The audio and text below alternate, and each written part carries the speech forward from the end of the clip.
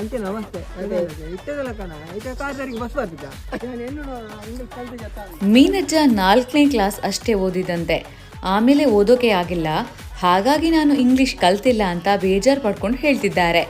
ಹಾಗೋ ಹೀಗೋ ABCD ಕಲ್ತಿದ್ದೀನಿ ಅಂತ ಅವರ ಸ್ಕೂಲ್ ಡೇಸ್ ಬಗ್ಗೆ ಮೀನಜ್ಜ ನೆನಪು ಮಾಡ್ಕೊಂಡ್ರು. ಇವತ್ತು ಮೀನಜ್ಜ ಫಸ್ಟ್ ಕ್ಲಾಸ್ ನಂಗ್ ಮೀನ್ ತಂದ್ಕೊಟ್ರು. ಹಾಗಾಗಿ ಟೇಸ್ಟಿ ತವಾ ಮಸಾಲ ಮಾಡಿದ್ದೆ.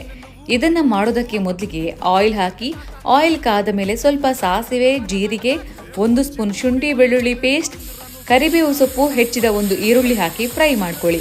ಈಗ ಅರಶಿಣ, ಸ್ವಲ್ಪ black pepper powder, 5 spoon Kashmiri red chilli powder, ಉಪ್ಪು, ಹುಣಸೆ ಹಣ್ಣಿನ ನೀರು ಹಾಕಿ ಮಿಕ್ಸ್ ಮಾಡ್ಕೊಳ್ಳಿ.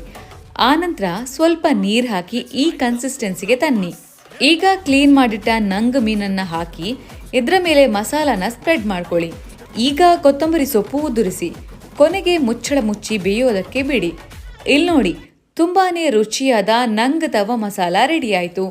ಉಪ್ಪು, ಖಾರ, ಹುಳಿಯೆಲ್ಲ ಮೀನಿಗೆ ಸರಿಯಾಗಿ ಹೊಂದ್ಕೊಂಡು ತುಂಬಾನೇ ಟೇಸ್ಟಿಯಾಗಿ ಬಂದಿತ್ತು. ಬಾಯ್ಲ್ಡ್ ರೈಸ್ಗೆ ಒಳ್ಳೆ ಕಾಂಬಿನೇಷನ್. ಇಷ್ಟ ಆದರೆ ನೀವು ಒಂದ್ಸಾರಿ ಮನೆಯಲ್ಲಿ ಟ್ರೈ ಮಾಡಿ. ಡೀಟೇಲ್ಡ್ ರೆಸಿಪಿ ಕ್ಯಾಪ್ಷನ್ನಲ್ಲಿದೆ, ಚೆಕ್ ಮಾಡಿ.